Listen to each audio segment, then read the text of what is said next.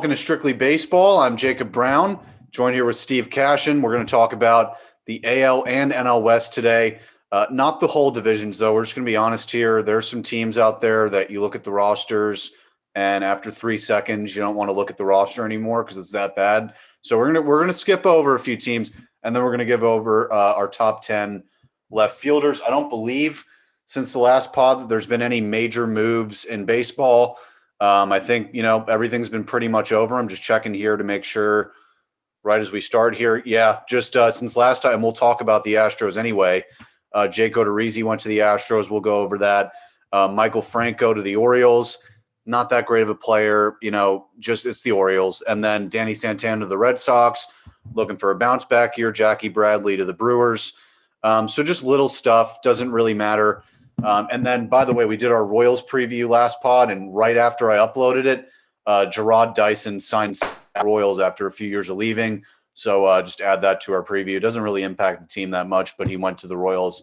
So, Steve, we're in the dog days of spring training. I haven't put on an inning of spring training since the first day because I just don't care. It's like mind-numbingly boring, and it doesn't count. I mean, I was listening to John Sterling and Michael Kay. They did a game together for the first time in 20 years. And John Sterling was literally like, these games mean absolutely nothing. Like he said that in the broadcast. How you doing? I'm just looking forward to opening day. Yeah, been working like a dog the last couple of weeks. It's been a struggle to get back on here, but freed up this week. And like I said, we're in the dog days of spring training these last couple of weeks where I think everyone's just getting ready to everyone just wants to start tomorrow if we could, but it's part of it. We're going to be going through that same kind of stretch when the regular season hits. Mid-July is when you kind of go, okay, season's dragging on. But yeah, like you said, I haven't really watched hardly any spring training. Got to go to one Yankees game, and I watched I think 2 innings of a Red Sox Rays game that was on ESPN.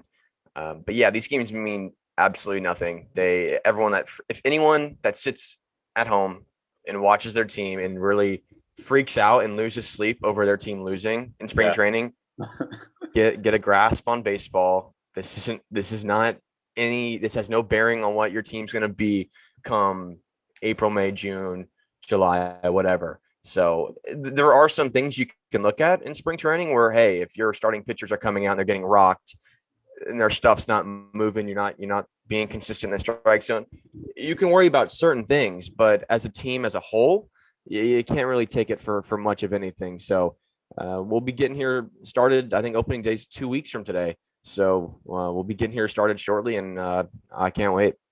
Yeah, no, I'm looking forward to it. And, you mentioned there's certain things you can get worried about. And one of the things that I think you shouldn't get worried about is power hitters that don't hit home runs in spring training.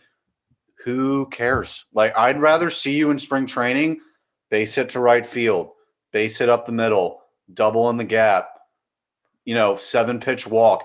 That's what I want to see in spring training. If you're going up there and hitting home runs and then you go into April and you hit 2 of them, I'm going to be like, what the fuck were you doing in spring training? So I'd rather see you have good at-bats in spring training. That's another thing that pisses me off about spring training fans.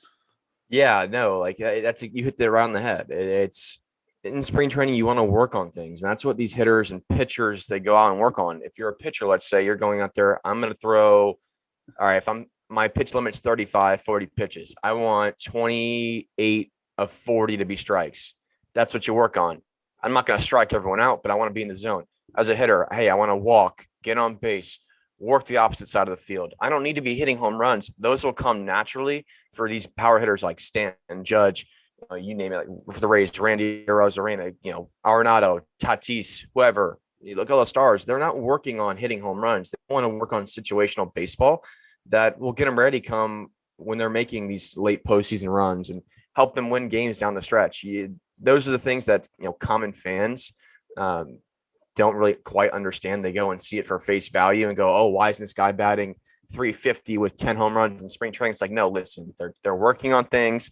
And the managers are even saying that. They're like, hey, just work the middle of the field, need you on base. And, it's good to work on that, come later in the year too. Yeah, exactly. And today we're going to do the AL and NL West previews. We were going to do one a week, but we both had a ton of crap going on, and we're trying to pair these together now. So next week we're going to do AL and NL East, and then the following week it'll be opening day. So we'll have all our previews done by opening day, one way or another. And then we're going to try and get like a consistent day. But again, like we're college kids, we're taking tests. Steve just got a new job. I'm all over the place doing FAU baseball. I've got a job too. So we're trying to get these out as much as possible. Summer for sure, especially for this podcast, will be a lot easier for us, and we'll probably do it a lot more. Mm-hmm. But right now it's just a tough time. We're trying to get these out for you guys. And we appreciate the listenership because it's remaining steady. So despite our breaks, it seems like you guys are coming back and enjoying it. We really do appreciate that. So let's look at this NL West first. And let me pull up my tab here. So what team are we doing first? Oh, I have AL West first. So yeah, this is one of those teams, Texas Rangers. About 3-second overview here because I told Steve I'm typing out this roster. It was painful. Like you don't see any hope. There's no glimmer of anything. Like you could say, okay, Gallo, he hits home runs, but every other year he'll go full MVP mode, and then next year he'll hit 112, and that's what he did in 2020. And there's really not much hope around that lineup. Maybe Texas Rangers fans are sitting here like, oh, it's a shortened season. We have a lot of young players. They just had down years. Even if 4 of those hitters that had down years clicked, you don't have starting pitching. There's nothing in the bullpen. There are literally zero. You have 2 prospects, and they're a ways away, and they're only offensive. So there's no pitching prospects coming. Just no hope in Texas at all. I don't even know what they're doing. Yeah, the really bad year last year, 22-38 in a shortened 60-game season. And you look at the additions and subtractions. I think the subtractions really outweigh what you got back in return. David Dahl, Chris Davis, 2 starting pitchers, Nlwest and Dunning. Not much help there, really. I think they're very fifth-day guys, if you ask me. But you lost guys like Elvis Andre, Lance Lynn, Kluber, who was a big one. Shin-Soo Choo, obviously we knew that was kind of coming. He's reached his point in baseball where I think his time's done. But really, I look at this lineup, and there's really no help 1 through 9. You have Chris Davis, who has had his years in the league, but last couple of years has really taken a step back from really his kind of MVP caliber seasons over in Oakland. Then you look at Joey Gallo, like you said, we mentioned before that we got on the podcast, was that if he's not hitting a 500-foot moonshot, he's striking out. There's really no in between there. But I just really don't see this team. I think they'll be even worse than they were last year. I just don't see how they're going to generate a whole lot. And when we talk about it every year as well, is like, hey, do you have help on the way? And 2 prospects that are really some ways away from being where this organization wants them to be. And it's going to take some time for that help to get there. Last week we did the Royals podcast and in their preview, and they have help on the way. And that's what you look at these bottom teams. It's like, okay, we have a solid pool of 4 or 5 guys that we know are going to come help us in the lineup.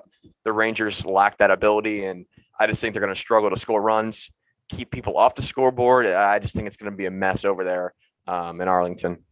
Yeah, like it's definitely worse than last year. There's no question about that. I mean, what was I going to say? Yeah, you had starting pitching. They had Lance Lynn. They had other guys in there that could hit.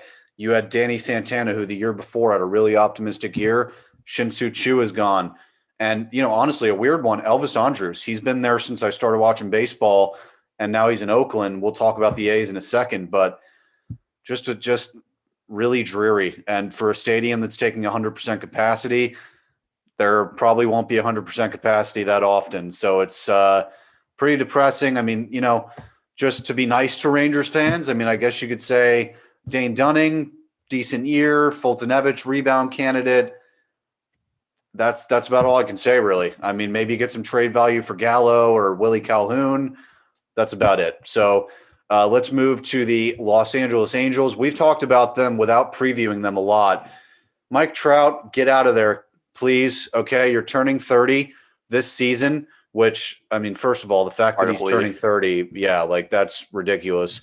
But listen, who did they add? They added Jose Quintana, Raisel Iglesias for the bullpen, Jose Iglesias for shortstop, Aaron Sledgers, who Steve from the Rays, Alex Cobb, Kurt Suzuki, Alex Claudio, Dexter Fowler, and Jesse Chavez. Yeah, you're laughing at Alex Cobb, but and then subtractions: No Ramirez, Andrelton Simmons, Hansel Robles, Cam Bedrosian, and Julio Teheran. So this team, they didn't add much. So, rotation not looking too good. But, what do you think about Alex Cobb there in that rotation? It's just funny because, we talked about there's a lot of teams, if people listen to this, that we really kind of hone in on. Padres being one of them, obviously Yankees, Rays.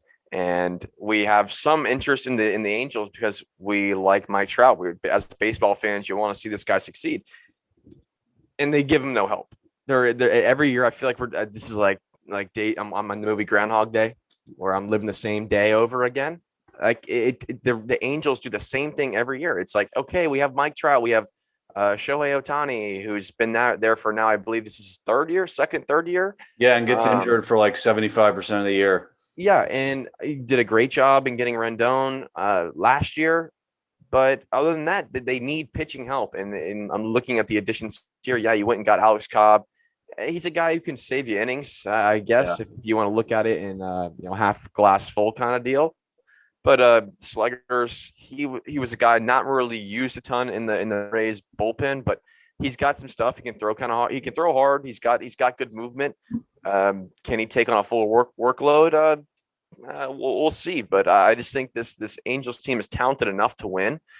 They just need a couple key more pieces in this lineup, in their rotation, to really kind of help them get to that next step and making the playoffs. Because every year they're close, but close doesn't get it done in the major leagues. You got to be at that threshold where you're above 500. They're always around there All-Star break, but then they kind of seem to fall off and lose that momentum late. But I want to see him win. I think, like I'll say it again, Mike Trout, he really needs to reevaluate where his future's heading in terms of, because he's 30. It's crazy how fast baseball goes. You know well too. Aaron Judge is getting up to his age. It seems like he's getting older by the second. Yeah. Your time in the major leagues, it goes by quick. And I think if he really wants to go win a ring, he's got to get out of there if nothing changes. That reminds me of that dream you had about Stanton. Yeah. A real quick story. Last night, I can't make this up. I literally I guess this is right before I woke up, and I was at Yankee Stadium for some reason. They weren't even playing the Rays. They were playing like the Braves or some shit. And Stan hits one right over my head. I'm like, this thing went like fourth deck, and he's rounding the bases. I'm getting chirped for some reason, guys. I was rooting against him, and then Stanton round second blows his knee up, and all the fans are like, no, this isn't happening. And I'm like sitting there like, oh my God. And then I called you in my dream, and then I woke up. I'm like, oh my God, that's like almost real. If that happens this year, then I foreshadowed it for everybody. Anyone that's a Yankees fan. Yeah, no, it's extra funny because Steve, every chance he gets, wants to say Stanton's going to get injured, and then you actually have a dream about it. It's insane. It just tells you how much it's in your head. You're always thinking about Stanton getting injured. But it's something that would happen too. Something stupid like that for the Yankees that happens. Believe Clint me. Frazier, spring training, running back. Hey, I'm gonna go be a hero, and bam, break my shoulder, going right into the wall. Yeah, and Zach Britton's like, oh, I got COVID. My arm program's messed up. I'm out 3 months. It's ridiculous. I mean, don't even get me started about the Yankees. But yeah, no, amazing dream there. But I mean, I'm with you on the Angels. They just don't bounce any. You look at their lineup and you say, okay, you got a David Fletcher who's like a borderline top 10 second baseman. Trout. If Ohtani hits, if Rendon, I mean, not if Rendon. I mean, Rendon's the best third baseman in baseball. But really, 1 through 4, that's really all you're optimistic about, because 5 through 9, you're really not going to get much. Don't give me Max Stassi. He had a month-long good stretch. Like at the end of the day, it's like, oh, he had a good 2020. That's 31 games. It's 1 month in a regular season. The season before that, a 5 weighted run created plus. So don't give me Max Stassi. Jose Iglesias, he's not going to hit 373 again. Dexter Fowler's 35 years old. Justin Upton hasn't been Justin Upton in like 3 or 4 years. So, and Jared Walsh, I just did this document. I didn't even heard of Jared Walsh before this. So I don't know what the Angels are doing. You could look at that pitching rotation and say, you know what, Heaney, I was about to kind of credit Heaney, but I mean, his ERA is mid-4s. Dylan Bundy, first year ever looking like that at a 3.29 ERA. Strikeouts are up at almost 10. You have Jose Quintana, been around the league, never really panned out. You have Alex Cobb, you mentioned him. And then Griffin Canning, maybe, the youngest starting pitcher there, got some upside. But after that, there's no plan B. There's nothing in the minor leagues that you're waiting for. There's no piece in the minors that you could deal for a good starting pitcher other than like Joe Adell, who came up last year, bad year. I mean, his stats were terrible. Now he's kicked out of a starting spot. They'd rather put Dexter Fowler out there than put in a guy who was their number one prospect at this time last year. So Angels, you need to improve. Maybe with Albert Pujols, his contract's off the books after the year, that frees up that $250 million that they've had, cogging the organization for a decade.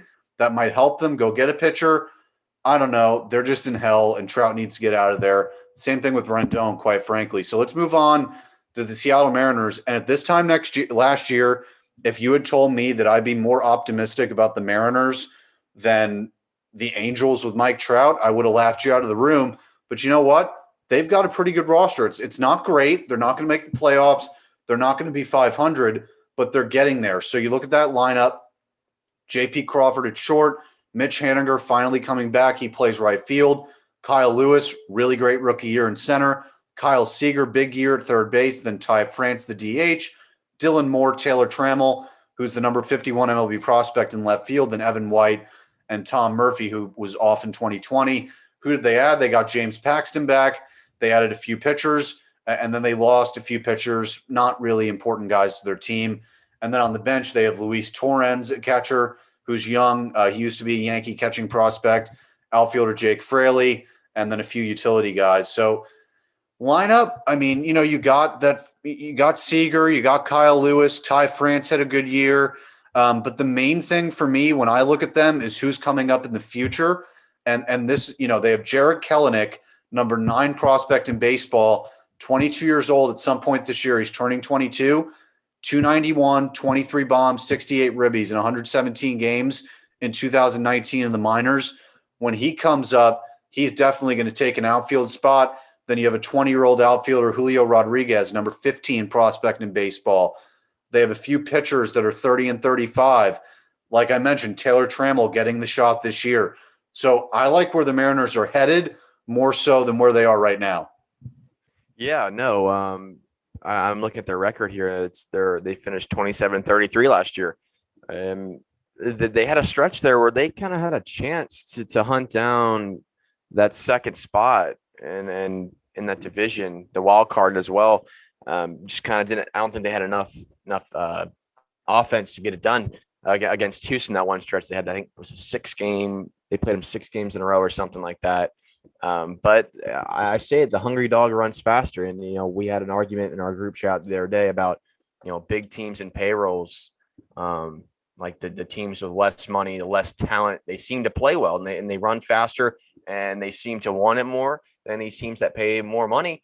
And the Seattle Mariners kind of embody that kind of philosophy a little bit when you look at it. They got a lot of help on the way. They have prospects that are ready to go. You look at this 1 through 9, the order, the average age is around 23, 24, 25, around 25 years old. So you look at it, young core, they'll probably keep it together. And that last year gave them some confidence because they were one of the bottom teams in 2019. And you look at it, bounced back in 2020. Yes, it was a short year. You played in division for the majority of the season, but they have what you're looking for in terms of younger talent that can get the job done. And if you can see that translate again this year in 21, I think you're looking upwards for the Seattle Mariners team. And you added James Paxton. You have Middleton in relief. You got Flexen starting pitching. So you have things to get the job done in terms of a long season. Now you look at it in retrospect, 162 games. Can they do it for that long? We'll see. But I think, like you said, you compare it to the Angels, and I would be more optimistic about this team than the Angels because they have things that you can lean off of. And obviously for the Angels, the big names speak for themselves. But other than that, who's your supporting cast? And I think this Seattle team is young enough. They rally around that. They don't really quite care what the outcome of the game is. They just know we're going to give them a good fight, and whatever happens, and we'll wake up the next morning and do it all over again and work hard. So I like this Mariners team a lot. I don't think people might think low of them just because they're Seattle. Not really. They don't have that pop. They don't have that big name in the lineup, but I think they'll be just fine, and they'll be fun to watch and keep our eye on throughout this year. Yeah, I think at the end of the year, if you can look at that lineup and say you have Lewis, Seager, France, Moore, Trammell, and maybe Kellenick if he comes up, 6 young bats. Well, Seager's not young anymore, but 6 really good bats. I like it, and I think Marco Gonzalez, 29 years old, 3.10 ERA last year, 3.99 ERA the year before, and 203 innings, which guys don't give you 200 innings anymore. If he continues his production, he will be a 100% trade deadline candidate type of guy. Same thing with James Paxton. If he's able to come back, battle back from injuries, he had a bad year with the Yankees last year. If he's able to come back this year, you can trade 2 starting pitchers. Who knows what you can get? You can get those future starting pitchers, future bats for the infield. That's kind of where they lack in terms of the future, but I like what they're doing for sure. So let's move on to my favorite team, the Houston Astros. And listen, this is their preview, so we just got to be honest about them. And listen, I think they're better than Oakland. I think they're going to win this division. It hurts me to say it, but they're just the best team. They're the most complete team out of the 2. So you look at their line. Well, first adds and subtractions. They added Jake Odorizzi, Pedro Baez, who was a reliever with the Dodgers for almost a decade. They added Ryan Stanek and catcher Jason Castro back after a few years, but they lost George Springer, Roberto Osuna, Josh Reddick, Chris Davinsky, and Brad Peacock, all guys who had been there for quite some time. So their lineup, it's looking like Altuve, Correa, then Brantley, Bregman, Yordan Alvarez, who missed 2020, then Yuli Guriel, Kyle Tucker, Miles Straw, and then a platoon of Jason Castro and Martin Maldonado at catcher. So listen, you can look at the offensive statistics from 2020 and take them seriously. I kind of do. In some regard, I don't take them completely seriously, but the way I look at it is this. Altuve goes from hitting 300 with 30 bombs. They find out he's cheating, comes back the next year, 219 hitter, 5 bombs, 278 WOBA, well below league average, on base below 300. Now, did he come back and hit in the postseason? Yes. But still, that does not excuse the year after people are telling you that you were only successful because you knew what pitches were coming, and you come back the next year and you can't even walk at a 300 clip. And it's not just him. Alex Bregman goes from a superstar MVP player to an above average baseball player. Not amazing, not even all-star, just above average. Not amazing. You look at Yuli Guriel at 35 years old. This guy's a revelation. Now he goes back well below league average, hit 230, 275 on base. I'm not crazy here. I mean, you go from all these guys. If it was one guy, I'd be like, okay, that's 2020. That's how it explains it. But everyone went from superstar to either slightly above average or to well below. That's the only thing I look at with this lineup. Do I think Altuve and Bregman and all these guys are going to do that poorly again this year? No, not necessarily. But it's just suspect to me that the year after you're getting accused of all this shit that you suck the year after, period. Yeah, you bring up a good point, and the numbers definitely did drop off. I think they were taking a lot of heat. The spotlight was on them this year again. Everyone wanted to see the downfall of the Houston Astros, but ultimately it didn't happen. At the end of the day, they pushed Tampa Bay to 7 games in the ALCS. I look at it this way too. As much as I dislike the Houston Astros, and you want to bury him for cheating, but I think they found their stride at the right time, and that was the postseason. And Yeah. now you look at it in 162 games. Now, if you're playing that many games, was this team finding their stride, and were they going to be hot the rest of the year? Maybe we'll never know. It's all hindsight. We'll never get the chance to know that, but this year we will. They bring back pretty much the same team. You lose George Springer, Josh Reddick, two big pieces of that lineup, but Reddick had his struggles last year, especially in the postseason. He was kind of a liability up there at the plate. Kind of seemed like he had a hole in his bat, but I like George Springer's approach in the postseason. He was working the middle of the field. He was, using the long ball a little bit, but I look at 1 through 9, and they've got a really solid lineup. You look at Jose Altuve, Correa, Brantley, Brantley I'm a big fan of. His approach to play is one of the best, I think, in the game. It just got a smooth swing. He works counts, very patient hitter. And then you got Bregman, Yordan Alvarez, who I liked a lot. He was hurt quite a bit last year, right? I don't think he played. 42 games in 2020, 242 average, 6 homers, 22 RBI. That's Bregman. Excuse me, my bad. So did not play in 2020, which is kind of a scary thought if you're thinking of this Astros team that kind of got hot at the right time. Well, by the way, sorry, he's another guy where if he goes down, because who hits 27 bombs in 87 games? So let's see what he can do year 2. We don't really know who he is. Yeah, in our preview last year, we said the same thing. We were like, all right, can he produce those same MVP type numbers that he did last year? Now, was he a part of the cheating? Was he getting help? We don't know. But this year, you would think you would see a drop off. But we'll wait and see. Then you have Yuri Garielle Jr. Batting DH, the 6th spot, Kyle Tucker, and then Straw and Castro 8 and 9. So they've got a good 1 through 9 lineup, and then you look at their starting rotation. Speaks volumes as well. You have Greinke, Odorizzi, who that's a big loss for Minnesota, not getting him back in the Twin Cities. Lance McCullers threw really well in the postseason last year, had a pretty okay regular season, but found his stride as well in some key quality starts. Urquidy, really, I thought he was dominant in certain areas of the season.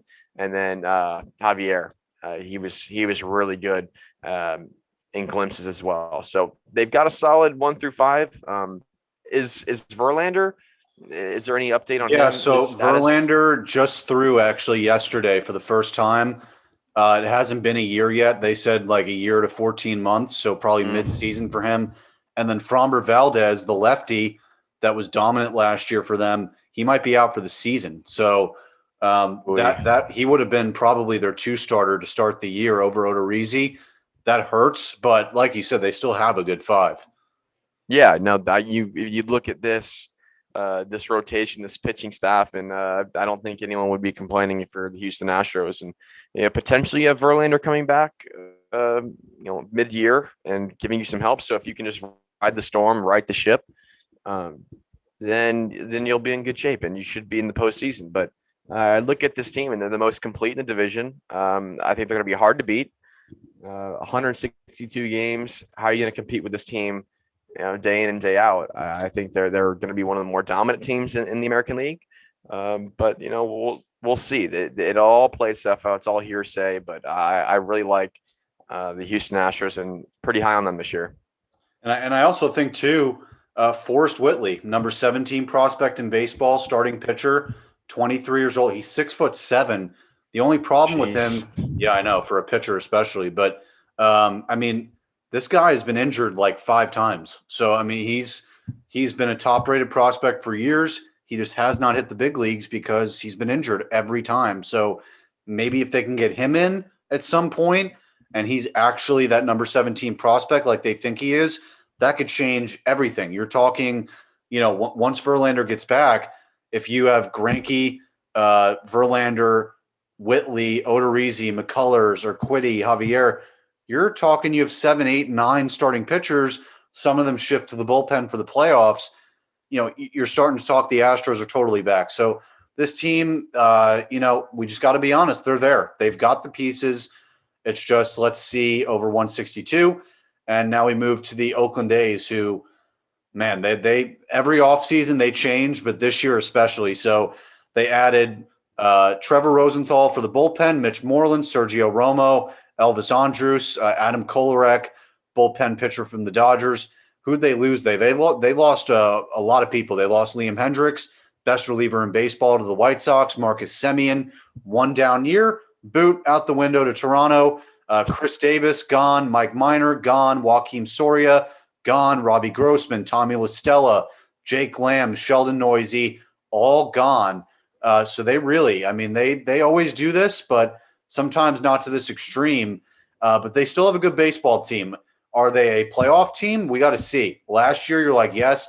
This year, you got to see, because that lineup, Laureano in center, then Mark Canha, Matt Chapman, Matt Olsen, then Sean Murphy at catcher, Mitch Moreland at DH, then Piscotty, Elvis Andrus, and Tony Kemp. So Ramon Laureano had a bit of a down year. So did Matt Olsen. 2020, let's just throw it out the window for those guys. These are good hitters. Laureano at his peak is a top 5 center fielder. Matt Olsen, we both had him still in our top 10 first baseman, despite hitting 195. If you can get those first 6 hitters in the lineup to hit, because I think that's realistically what you're going to get, you can make noise out there. Is that as good as the Astros top 6? No. But combined with that rotation, if you get Manaea, Chris Bassett, Jesus Luzardo, Frankie Montas, Mike Fiers, that's not a great 5. That's not amazing, but they can all go out there, give you 5-6 innings, and sometimes give you good starts. So I think they're a team. I think the bar, you set it at like 85 wins.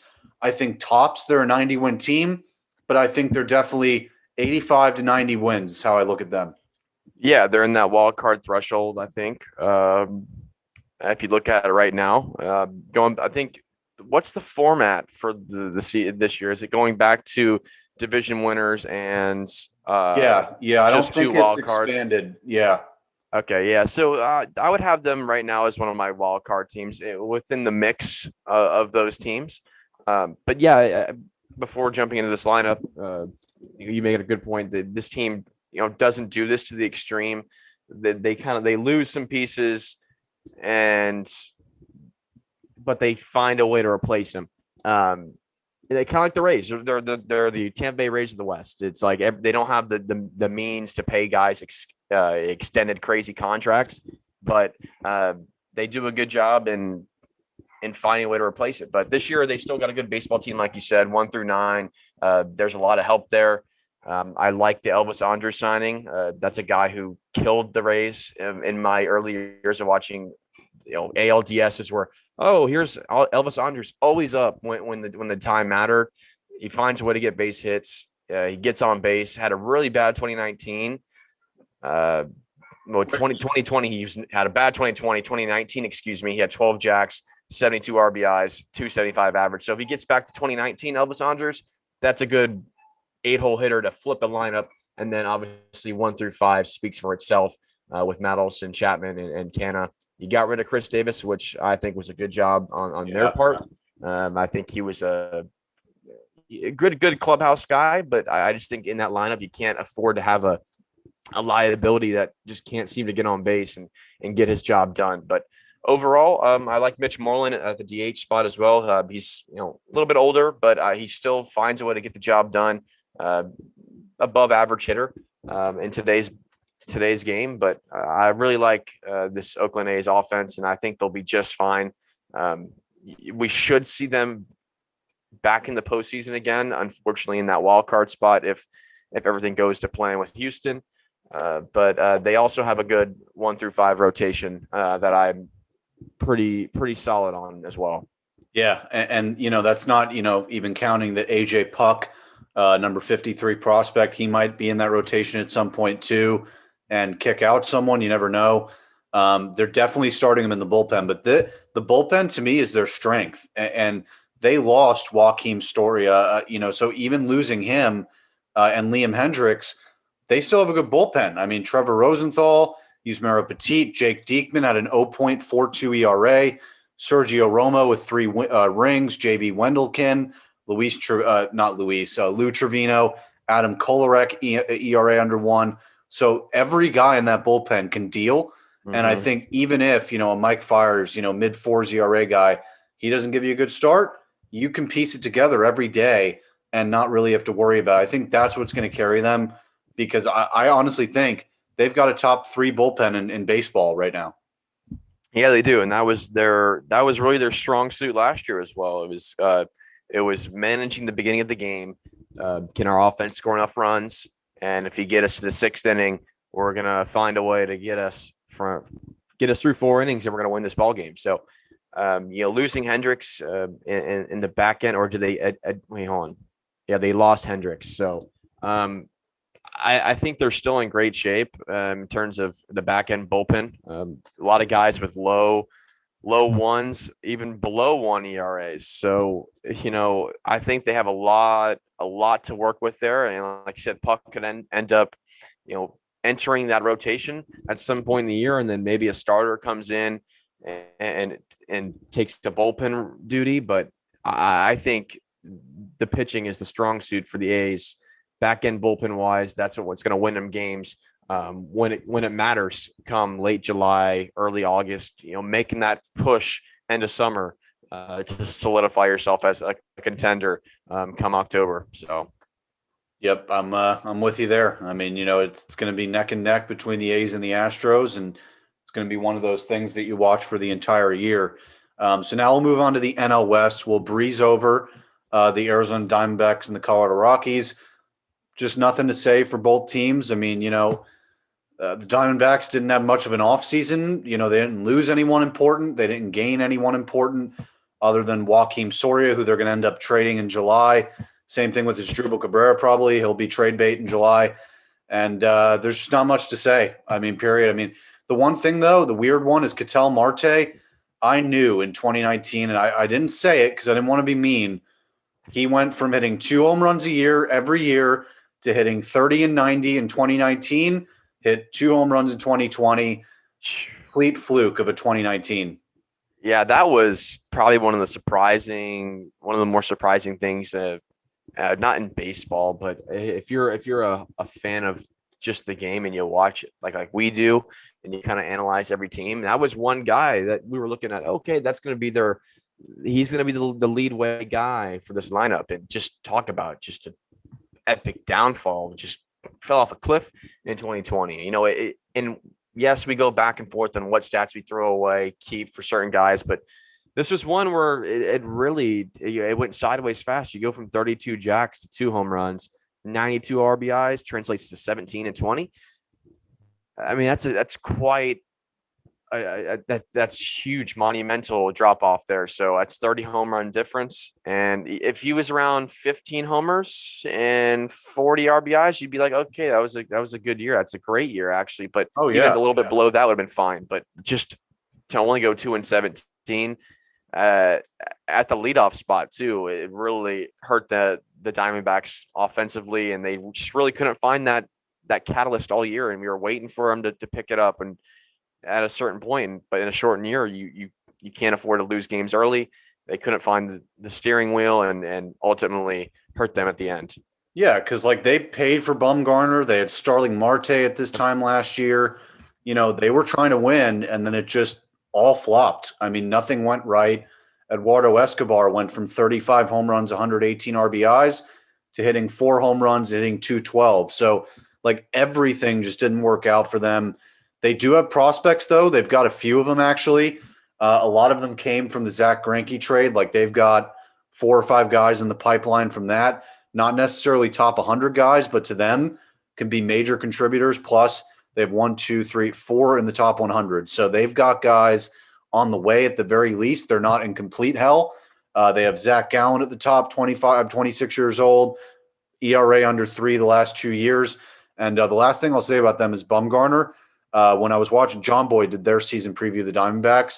Madison Bumgarner was in the bottom 2% in the league for spin rate, for velocity, for hard hit rate. It was there were a bunch of big stats that you have to be good at as a pitcher, and Bumgarner was in like the bottom 2% of the league. So his fastball was at like 85 last year.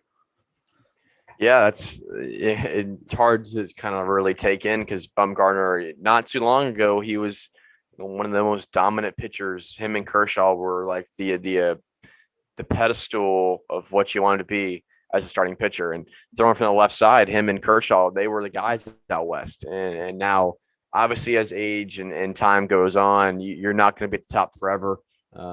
Garrett Cole has taken that throne of being the pitcher to beat in the major leagues. So, Bumgarner's spin rate was, I mean, that's a good point you bring up because people are wondering, why is he getting hit so hard? He's not getting it by anybody. Yeah, that spin rate goes down. You're not as lethal, and it just drops off at a certain point. But hopefully he can bounce back in 21, maybe have himself a good year. But if not, I think it's time that, not to leave the game of baseball, but I think, it's that's the tough part. He signed a 5-year deal. Like there's no way out. Like there is no way out. It's just, you're gonna have to bite the bullet. But he's not the Bumgarner we saw early days with the Giants and just dealing. But hopefully he has a bounce back year and finds his way. But that's all you can hope for him.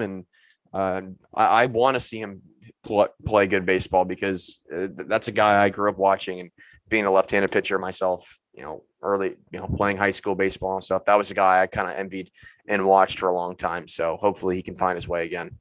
Yeah, I mean, maybe, CC Sabathia went through this, where you go from having your stuff to just not one day, and you go through a really bad – CC Sabathia had bad years there, like the year that he dropped weight, the years that he dealt with the alcoholism and struggled, which, by the way, if no one's watched his documentary on HBO Max, it's pretty good, but that's like Under the Grapefruit Tree or something like that, but it's pretty good. But anyway, I mean, maybe you go through something like that where – you cross that 30 age mark and you're like, oh shit, I can't throw 95 anymore. He was never a guy that sat at 95, but he could hit it. And now you're 10 miles per hour less. It's just a different way of pitching.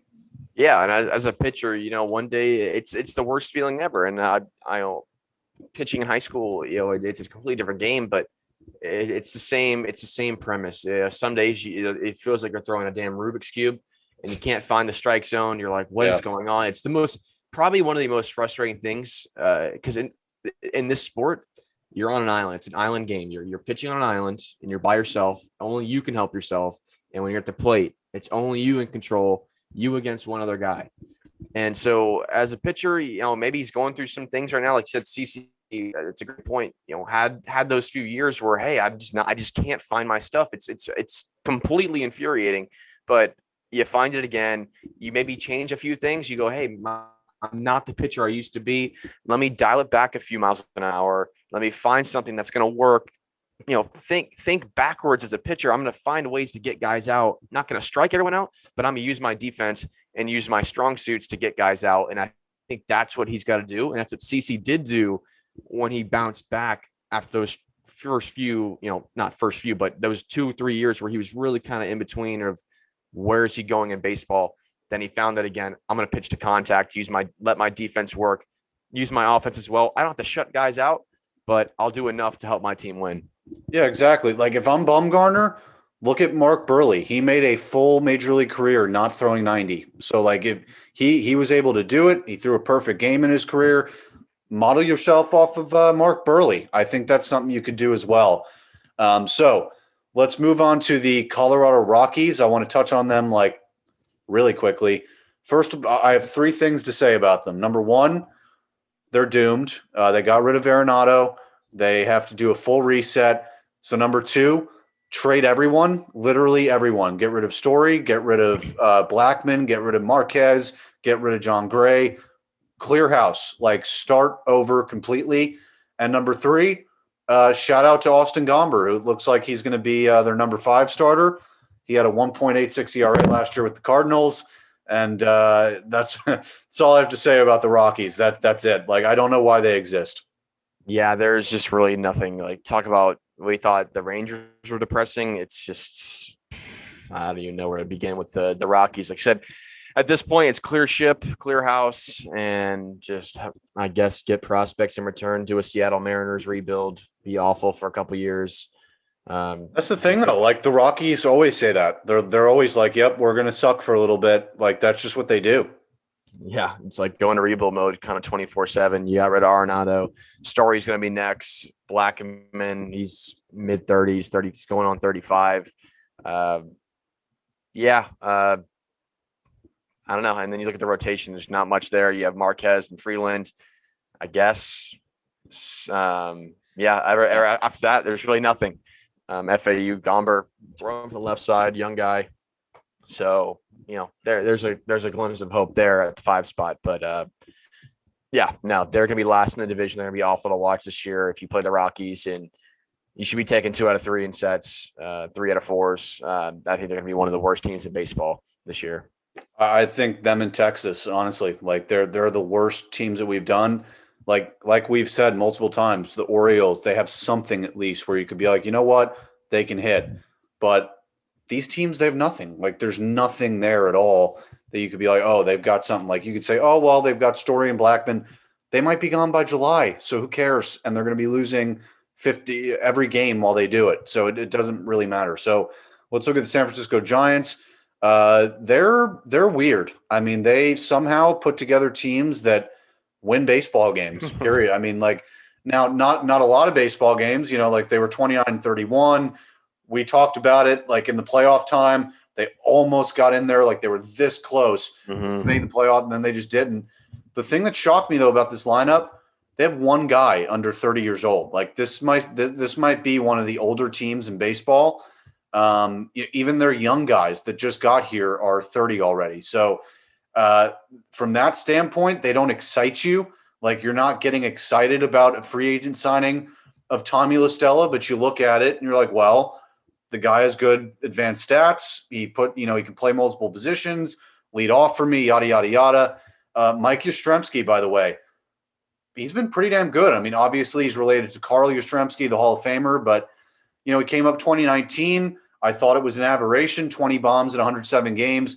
But then this year, he was an MVP almost. I mean, 400 on base, 407 WOBA, 297 average, 35 ribbies in 54 games. So good for him.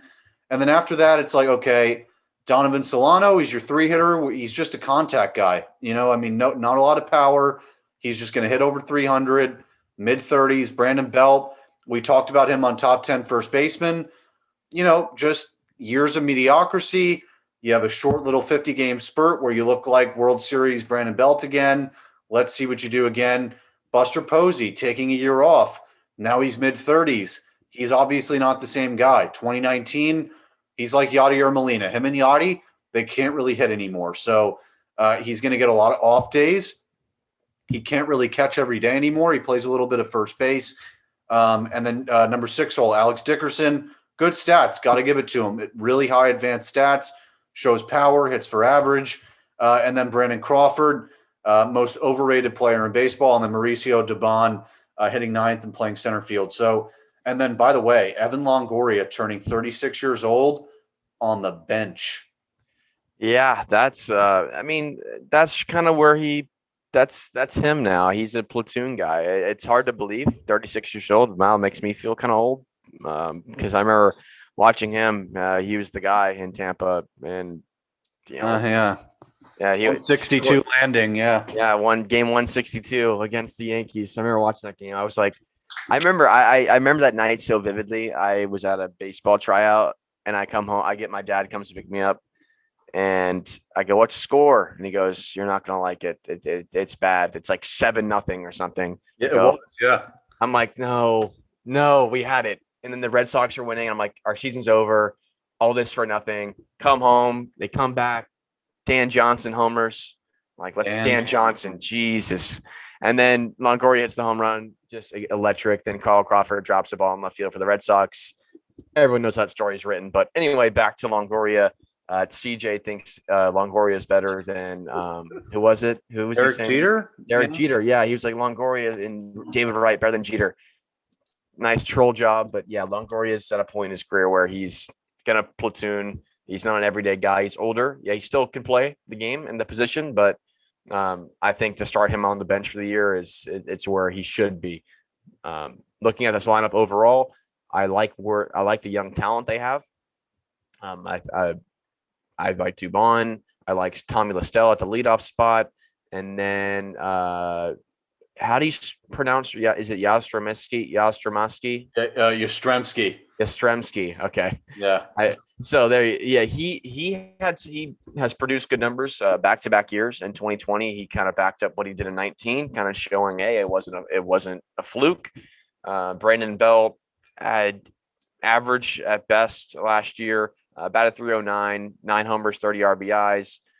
He's still performing at a good enough level to stay in the lineup, and I think this Giants team will be okay. They'll win games. I don't think they'll be great. Last year they were that close, like you said. They were last weekend of the season.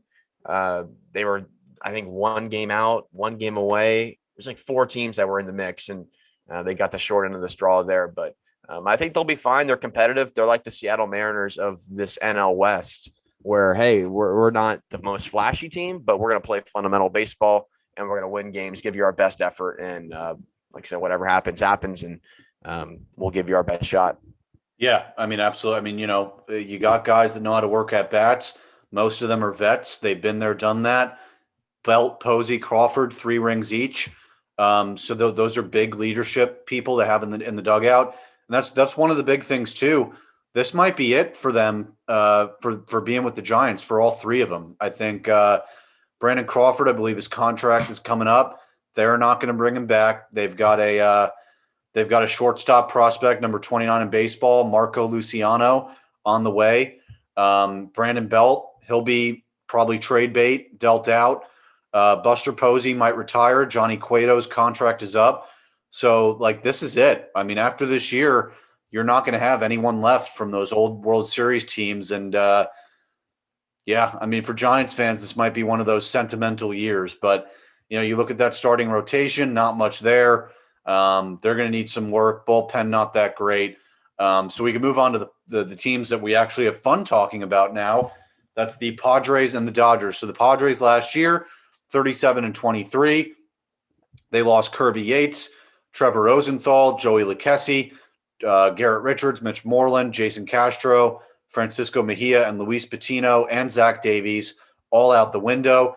But it was kind of worth it why they got rid of those guys, because they brought in Yu Darvish, Blake Snell, Joe Musgrove, Mark Melancon, Yu Darvish's personal catcher, Victor Caratini, and over from Asia, Ha Seong Kim, who is going to get some work in on the infield. I think he had 30 bombs over in Japan. So lineup, Trent Grisham leading off, then Tatis, Machado, Hosmer, Tommy Pham, Will Myers, Jake Cronenworth, and Caratini. 1 through 7, they can hit. Flat out, they got bats. Tatis, Machado, superstars. Hosmer, amazing year. Grisham, young superstar, 24 years old. You can't say anything bad about this lineup. And then you have Kim and Profar, guys that can fill in. And then Austin Nola, their normal catcher, is going to be injured to start the season, but he's a borderline top 10 catcher. So even 1 through 8, once he gets back, they can just flat out hit. Yeah, no, the Padres, one of my favorite teams to talk about. They've really bought in the last couple of years. I might sound like a broken record here, but they have it all. I think they're going to be right there with the Dodgers, neck and neck. Yeah, I know LA went and got Trevor Bauer, but he's not unbeatable. Yes, it might be tough some nights, but this Padres team has enough offense to that can work at bats, work counts, get on base, and they can score. I don't think they're really afraid of anybody. They're young enough where they go, hey, who cares? We're just going to go out there and try to beat us. They have good camaraderie in the clubhouse. They play as a team. They have fun. That's sometimes it's hard to beat when you have a team that just believes that whatever they're doing will get the job done. I like Kristen leading off. Then you back it up. It really, really tough 1 through 5. Even you look down at just 1 through 7, you got a tough task to deal with. You got, Tatis backing up the leadoff spot, Grisham, Machado, Hosmer, Pham, who I loved as a Ray, just really hard nose working guy, hits the ball hard every time he's up at the plate. And you got Will Myers, another former Ray. It's like Tampa Bay Rays West out here. Jeez. Snell too. And Blake Snell, yeah, and Cronenworth came from the freaking Rays organization as well. So you look at this Padres lineup, and they have the X factor of what you need to make the postseason, make the run. Unfortunately, what could hurt them is getting into that stupid 1-game wild card, and then whatever happens. And I'll rehash it. I think baseball needs to look at that wild card series, and even if it's only a 3-game set, at least you're not living and dying off the 1 game. It's like it just sucks to play 100-something games, and then you don't get rewarded for having a series. And I think if you make the playoffs, which is such a tough task in general to make, in the MLB, you should be at least getting 3-game sets if you're a wild card team. But hopefully they expand, because I love the format from last year. It gave every team a legit chance. Now, do I think they need to expand how many teams get in? No, I don't think the Marlins who get in, who really shouldn't have been there, kind of caught the Cubs by surprise, won a series. But teams like this, the Padres, who could ultimately be in a 1-game set, the Dodgers could be in a 1-game playoff. So a crazy things can happen in this division. I think these are the top 2 teams, and you can dive into the rotation, but they got a stacked 1 through 5, even without Clevenger this year. Yeah, I mean, without Clevenger, 1 through 5, like you just said, I mean, they're there. I mean, you got Yu Darvish still dealing, 35 years old, actually getting better with age. He looks more like he did 8 years ago than he did 3 years ago. 11 strikeouts per 9, 0.59 home runs per 9, ERA of 2.01. Blake Snell, 3.24 ERA. Only thing that I'm going to ask you this too, his home run rate was high at 1.80. What do you think that was a factor of? Is he just leaving pitches up, or is, what's that about? Oh, this is Blake Snell we're talking about? Yeah, his high home run rate. Yeah, he's always had kind of that issue. The home run rate might be a little high to some people, but you look at it I've watched a lot of Rays baseball the last 3 years because they've actually bought into winning again. But when he would give up homers, it wasn't like he was giving up the 3-run jacks. It was like it was the solo home runs. Oh, yeah. So you're not really. It wasn't like, oh, he's walking guys and giving up, the massive, that crooked number. It was all right, 2-out home run. So what? Whatever, we'll bury it and move on. But it was more of leaving pitches up in the zone, missing a spot. Nothing detrimental. Not like he was dicing up a corner and a guy's taking him yard. But just misplacing his spots, leaving the ball up. That's the only thing that really hurts Blake Snell when he's working down the count, when he's working down the zone. Staying ahead. Yeah, that's when he thrives. He walks people too. Yeah, yeah, he has that tendency. Like I think him and Archer were kind of similar early years, where they were buddies. So I think it kind of rubbed off on Snell a little bit. They walk rate was high, trying to strike everyone out, and then when they miss their locations, they get hurt badly. But I think he really found his game last year, year before. Had one bad year in between the Cy Young year, but he's legit. I think he's really critiqued his stuff, and he's honed in 100% in with the Padres here, and I think he'll have a tremendous year. Yeah, no, me too. I mean, especially being the number 2, you don't have the weight of carrying the rotation with you. And, you could even argue Dinelson Lamet could be considered their number 2, 2.09 ERA, 2.48 FIP. So, it's not an aberration when that FIP is right around the same. 12 strikeouts per 9, 0.65 home runs per 9. So you have Darvish and Lamet. They strike out a lot of guys. They don't give up home runs. That's what you want to see. Chris Paddock fell from the ace at the beginning of 20. Now he's the number 4 starter.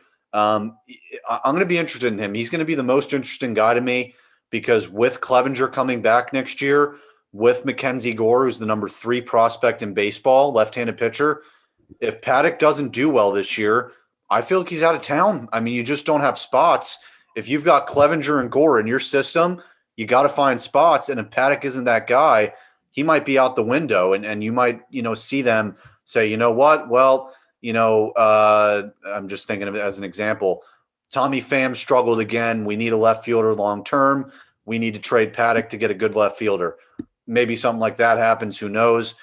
Joe Musgrove, same thing. I think he's a little bit overrated. 2019, 4.5 ERA. Last year, 3.86. But the Padres like those strikeout numbers, 12.48 per 9 as a guy in your 5 spot, striking out all those guys. Especially, you go into a 3-game set.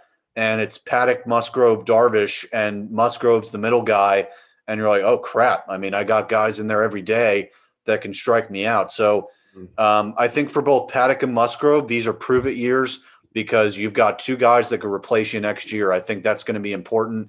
And then that bullpen's dominant too. I mean, you got, even without Kirby Yates, who went to Toronto, Drew Pomeranz, Mark Melancon, Emilio Pagan, Tim Hill, Craig Stammen, and Keone Kela, who used to be the Pirates closer. They've got guys. Yeah, no, they have all the weapons in there. I like the Melancon signing. You have Pagan back there still, Stammen, Pomerantz. I mean, he was a guy, Pomerantz, that surprised, I think, a lot of people. He surprised me. I was like, oh man, he really 19.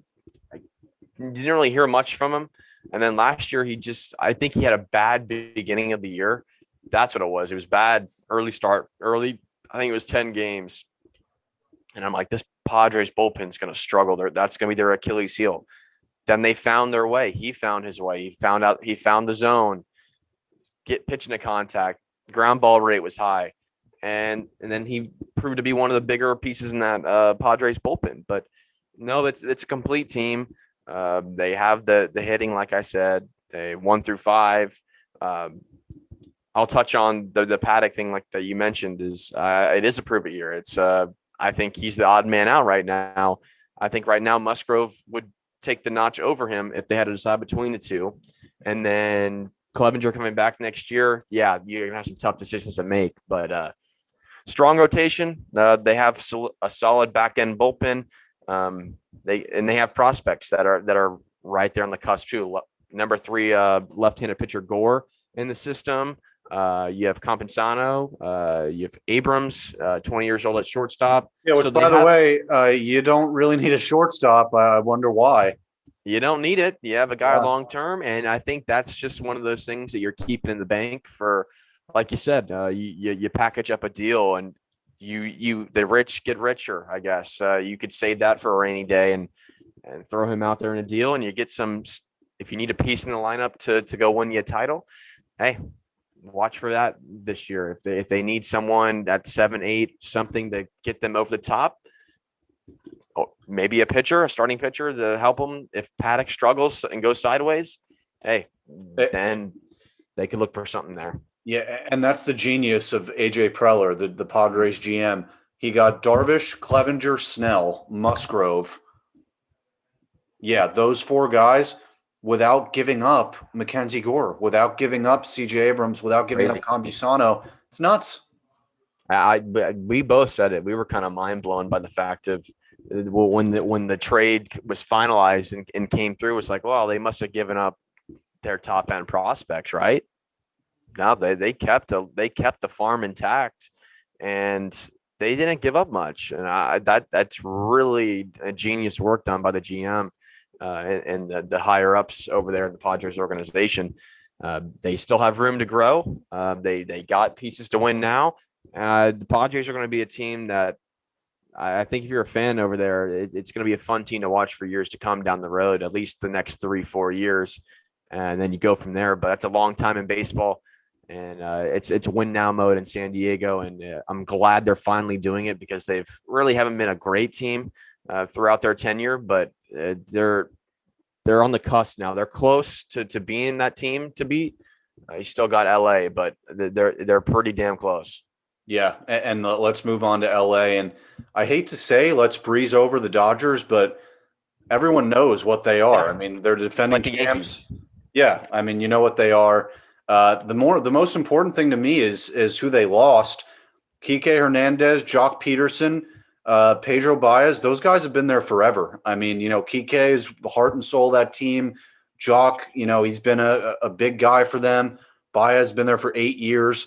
So really, that's the only negative you could take from their offseason because they brought in Trevor Bauer, and he's their 2-starter because they got a Hall of Famer, Clayton Kershaw. They got Buehler. Their lineup, exactly the same. Mm-hmm. Don't have to worry about that. The only thing I would say, get Gavin Lux in there because in 49 games in AAA in 2019, he got a 490 WOBA. Get him in there at second base somehow.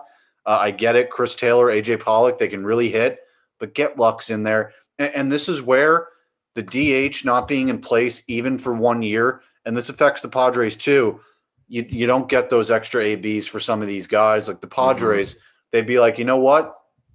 We'll DH Will Myers and put Profar on the outfield. Or, the Dodgers, we have Edwin Rios, who's a major power bat, just sitting on the bench now, waiting for pinch hit at bats. So that's really the only negative you can look at. It's like, well, the Dodgers can't use their entire major big roster, but they're complete 1 through 8, rotation 1 through 5 with David Price as an addition now after he was a pussy and sat out last year. 36 years old, by the way, which is nuts. And but yeah, not much to say about the Dodgers. They're probably going to win the division. Yeah, and there's really not much to say. Their lineup, it speaks for themselves. They have the money. It's like the standard of baseball is the Yankees and the Dodgers right now. They keep they keep their rotation intact every year. They keep their lineup steady. There's not much changes, so you have that continuity that helps them win 100 games year in and year out. I look at a guy like Adam Kellenick too on the subtraction list. He was a guy that a lot of people, when he was dealt when he left, that Dodgers fans were like, "Damn, that kind of hurts," because he was a good guy to come in. I mean, obviously now you have the 3-batter rule, but they'd bring him in for 2 outs in a jam. He doesn't throw a ball. He's not overpowering, but he's got that sidewinding movement that kind of throws hitters off. Gets a guy to pound to a double play or a ground ball out of the inning, starts the next inning off fresh, and he's out. But I thought he was a good depth guy in their bullpen. Not a big loss. They got a ton of guys back there, but yeah, I mean, obviously the lineup, like I said, speaks for itself. And then you got Kershaw, Bauer, Buehler, David Price is coming back. My brother reminded me the other day that Price is coming back, and then that they have Urias, who was unreal in the World Series. I hate to say it, but I don't know. Like the 2 teams, the Rays, I'm going to breeze over this real quick, but I would be more mad about the Dodgers and hate them. But they were just so stacked. I mean, we just got beat by a better team with more money, and they just 1 through 9, you just couldn't beat them. There was just no easy outs in that lineup other than maybe Chris Taylor and Will Smith, but those guys rake too. So it's hard to complain when you're faced against such a great team. And I think they're still the standard in baseball again this year.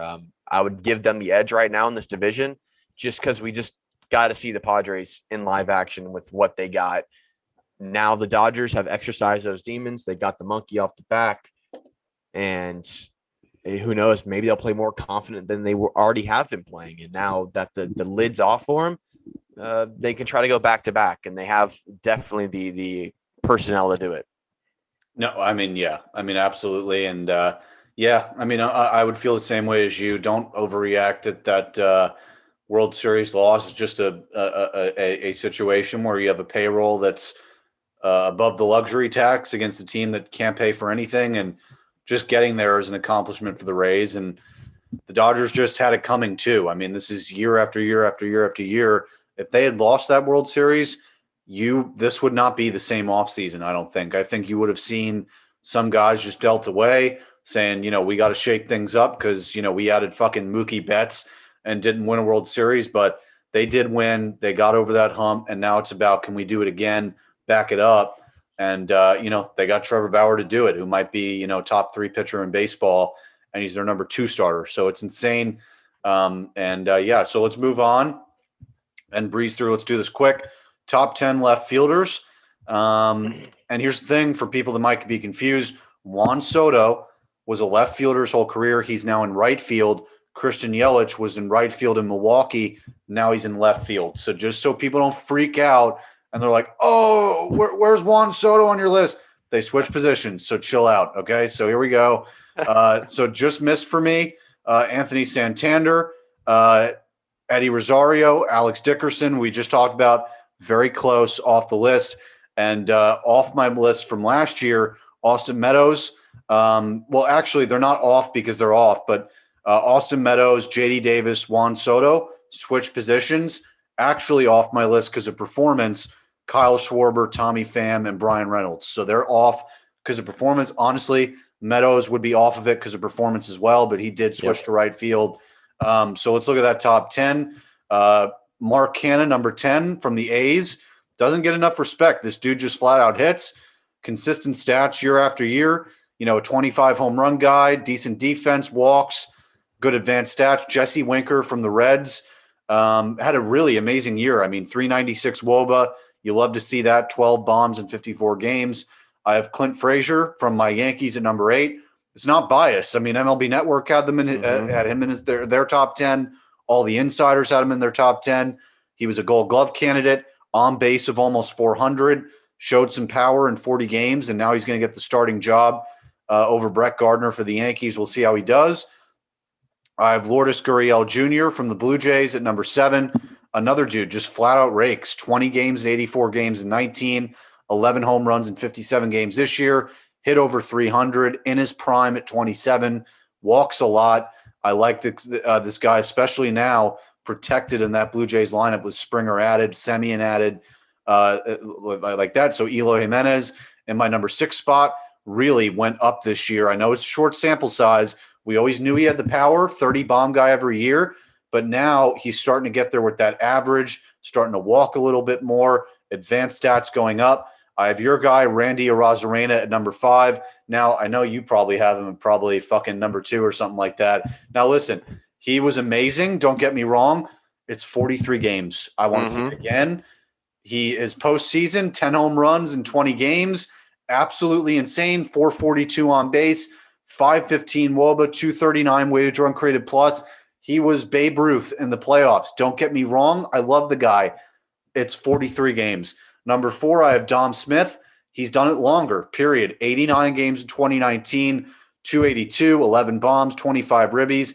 Then comebacks this year, plays 40 less games, and he has 1 less home run, double the RBIs, 412 WOBA, is walking more, hit 316. I like Dom Smith a lot. Number 3, I got Michael Brantley. We know why. We just talked about him, 300 hitter every year. Number 2, Marcelo Zuna, MVP candidate. You can't say much about him. The guy hit 338, 18 home runs, 430 on base. He was just an MVP. And at number 1, I know he had a down year, but it's Kristen Yelich, guys. He's number 1. Again, I throw out, same thing with Nolan Arenado, Matt Olsen, Matt Chapman. 2020 doesn't matter for some of these superstars to me. He's still the number 1 guy. So what's your top 10, Steve? So at number 10, I got Clint Frazier. I would have him higher. I don't watch I watched the Yankees a lot in division, but I think he had a really good year last year in 2020. If he can back it up consistently again this year, I think he's on the right track. He's having a good spring training. But I have him at number 10 right now. Number 9, I have Guriel Jr. Some people might say, why don't you have him higher?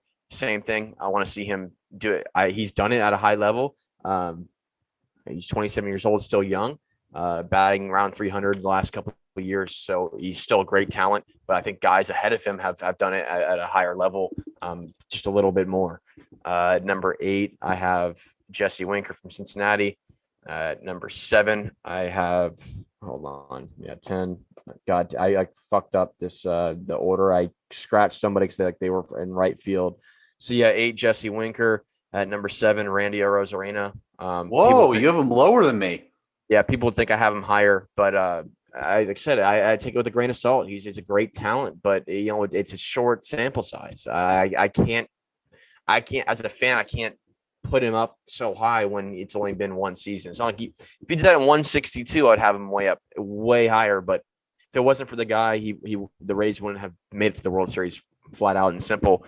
Number 6, Eloy Jimenez from Chicago. Number 5, Dom Smith. Number 4, Mark Canha. I have him really high. I think he plays tremendous defense. He's got a great at bats. He hits for power. Does really much everything you need to play in that left field position. Number 3, Marcelo Zuna. Guy speaks for himself. He's really a key piece to have in your lineup. He can hit for power. Same thing as the top 4 really do all the same things. Have all the tools to the trade. Had a great year last year, great postseason for the Atlanta Braves. And now he's back there on a 3-year deal, I believe, 3 or 4 year deal. I forget. Yeah, it was either 3 or 4. Yeah, I think it was right around there. Michael Brantley at number 2. I really like his approach to the plate. Like I said, has the ability to hit for power, do whatever you need. Patient hitter, just really great approach to the game. And number one, Kristen Yelich. I just think, he's, maybe had a little bit of a down year last year, but it's 2020, short year, but great talent, number one left fielder in the game, hands down. So yeah, that's my top 10 for left fielders. Yeah, no, we're pretty similar there. Who's your number 9 again? Lourdes? My number 9 was it? No, Clint Frazier was number 9. Oh, okay. Where did you have Lourdes Guriel? So he was 10. I had him at 10. That's okay. Yeah, no. I had him at 10, Clint Frazier at 9. I just think if they do it again this year, which I really think they will, these are all there's left field's not overly stacked, but there's a lot of guys where you can make debates for and put them in different spots. But I think Frazier's going to have a great year, and Guriel is going to, I think thrive in that Toronto lineup because they have so many weapons and you can't pitch around guys. And he's going to get a lot of fastballs, a lot of opportunities to come through, and I think they both will have great years. Yeah, no, I mean, we have the same top 10. I really like that Canna at 4. Like that's pretty bold. And, most people will be like, Mark Canna, what? And this dude just plays baseball. He's a baseball player. Like when you talk about, guys in baseball that you look at and you're like, he's just a good player. He's that. He does everything for you. You mentioned the defense. He works at bats. He's so under the radar that you appreciate him even more because he's in Oakland. You have Olsen, you have Chapman. Canna's sitting in there. He's doing his job. And, he's respectful. And it's funny, too, because I just watched the preview for the A's today on John Boy. And Trevor Plouffe was talking about Mark Canna because he was with the A's for a few years. And he said when he was in spring training one year, one of the scouts walked up to him and was like, hey, this dude Mark Canna can carry a team for a little bit. And Plouffe was like, Mark Canna, what the fuck are you talking about? And, years later, you see Canna, and he's tops in the game. It's really respectful. So hopefully good things. And he's hitting second for the A's, so good for him. So, yeah, that'll do it for this pod. We went over 2 divisions, gave over top 10 left fielders. Next week, we'll do our top 10. Man, we got to start combining the top 10s too because we got closing in. So we'll probably do center field and right field next week. And then the pod before the season, we'll do starting pitchers and relief pitchers. And DH, I'll give mine. You don't have to do one, Steve, because there's only one league to go from. So it's 10 out of 15 is really your choice. So it's not like a true top 10. But I just did it because I like doing it. So I just did it. But so we'll do one next week. Spring training can breeze by. I know you're not a nerd like this, Steve, but I got a 4-hour Justice League movie that I'm about to watch. It just came out today. I've heard about that. I heard it was really good. Yeah, no, it's the original theatrical cut was terrible because they switched directors and there was this whole big fan movement to get this released, and it's the true version. So I'm about to watch it. So yeah, it's 11:15 tonight. I guess I'll be doing that. It's fucking crazy for one movie, but I'll be doing that. This pod will go up tomorrow, I guess. And so you guys can find us on YouTube, iHeartRadio, Apple Podcasts, and Spotify. Follow us on Twitter at Strictly Sports P, on Facebook and Instagram at Strictly Sports Productions. We'll have Strictly Hockey pretty soon, Strictly Sports pretty soon as well. We haven't done one in about a month because we're mostly a football pod now. We haven't had a lot of football, but NFL free agency just basically concluded, and we're going to do that pretty soon. So for Steve Cashin, I am Jacob Brown. Thank you, everyone, for listening, and we'll see you next week.